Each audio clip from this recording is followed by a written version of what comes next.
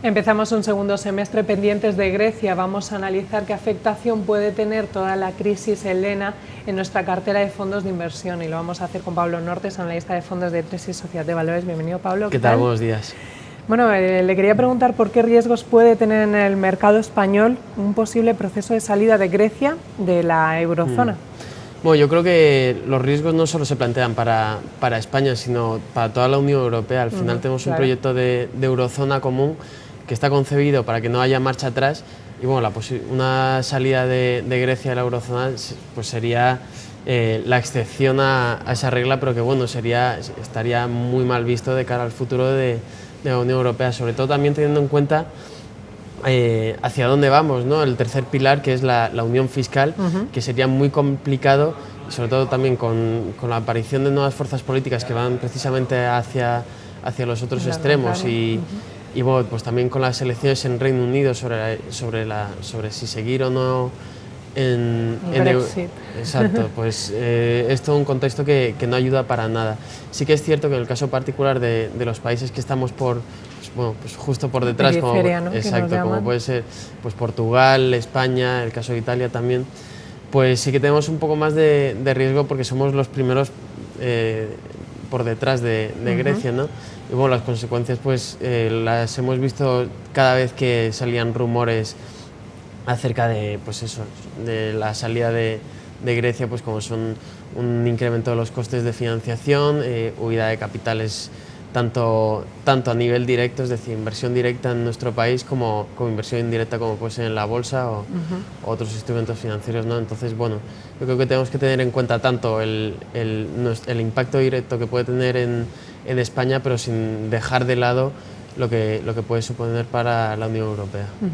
A nivel de inversor particular también hay que contemplar el impacto que tienen en la cartera de fondos. Por ejemplo, tenemos un fondo que hemos escuchado aquí en esta mesa, en este plató, que otros analistas nos han recomendado mucho, el Invesco Pan European Small Cap Equity.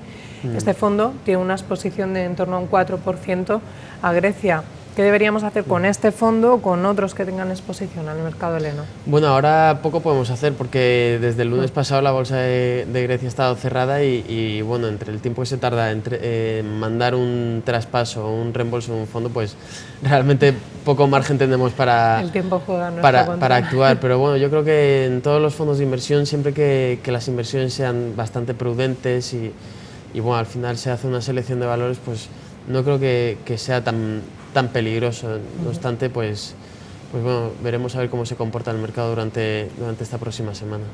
Además tenemos otro factor de incertidumbre, ya a nivel global, China, que parece que se está enfriando su economía más de lo previsto.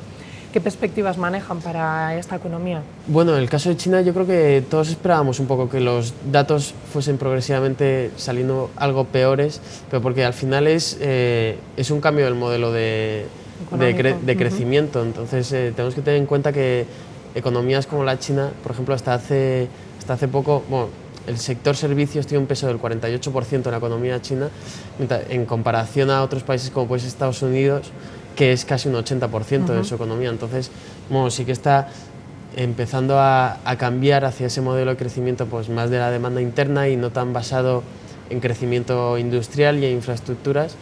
Y bueno, por ese lado es normal que se note la ralentización.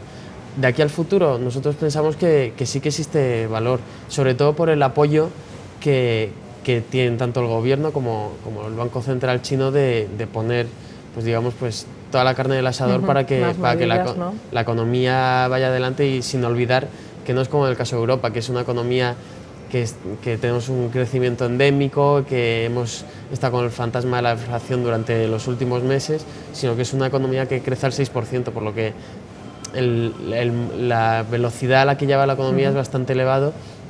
Si encima le añadimos pues un mayor desarrollo de su economía desde el punto de vista financiero, de más regulación de todos estos problemas de corrupción que pueda haber en el gobierno y tal, pues yo creo que en el medio largo plazo sí que es una historia bonita para jugar. ¿Le podríamos tener en cartera mediante fondos alguna idea? Teniendo en cuenta que vamos a subir volatilidad. Perdón, exactamente, por todo el rally que hemos tenido a principios de año, y ahora pues parece que las bolsas están retrocediendo, sobre todo por las caídas que está teniendo el índice de Shanghái, que lleva prácticamente 3 semanas con caídas de doble dígito.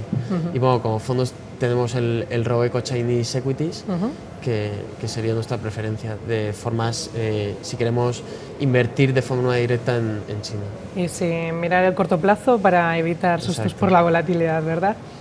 Por cierto, en estos días hemos tenido la aprobación por parte de la CNMV de que Renta 4 pueda gestionar por fin esos fondos de Banco Madrid.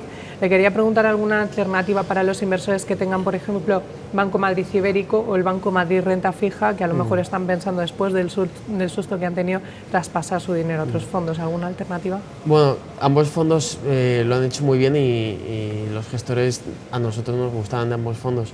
No obstante, en el caso de la renta variable apostaríamos por el Synnedif Tordesillas y Cav Iberia, que bueno, ahora se llama Fidentis. Fidentis, cambió el nombre. Y por el lado de la renta el caso de la renta fija, digamos que bueno, ahora el contexto macroeconómico ya empieza a hacer un poco más complicado la preservación de capital en la renta fija, que es algo que ha sido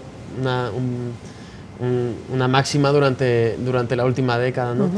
Entonces, en el caso de sustituir este fondo, nosotros donde vemos más valor en la renta fija es en la deuda subordinada financiera, pero es verdad que es un segmento con más volatilidad. Sí. Entonces, o apostaríamos por cortos plazos o por fondos de deuda subordinada financiera, o incluso para aquellos que son más tolerantes un poco al riesgo, la categoría de convertibles está comportando fenomenal. Dentro tendríamos un fondo como el de Lombard Odier, convertibles, o en el caso de la deuda subordinada sería uno de Edmond de Rothschild. ¿Y algún fondo monetario que nos pudiera recomendar para aprovechar la previsible revalorización del dólar que tendrá ahora, que en el segundo semestre se espera subida de tipos allí? Nosotros la revalorización la hacemos a través de, bueno, en el Asset Allocation lo hacemos con fondos sin cubrir, pero si quisiésemos a través de un monetario elegiríamos el Amundi Money Market. Pues nos apuntamos todos estos fondos de inversión. Pablo Nortes, analista de fondos de Tresis Sociedad de Valores, muchísimas gracias. A vosotros. Hasta la próxima. Y ustedes recuerden que pueden seguir informados de la actualidad económica en nuestra web, estrategiasdeinversión.com.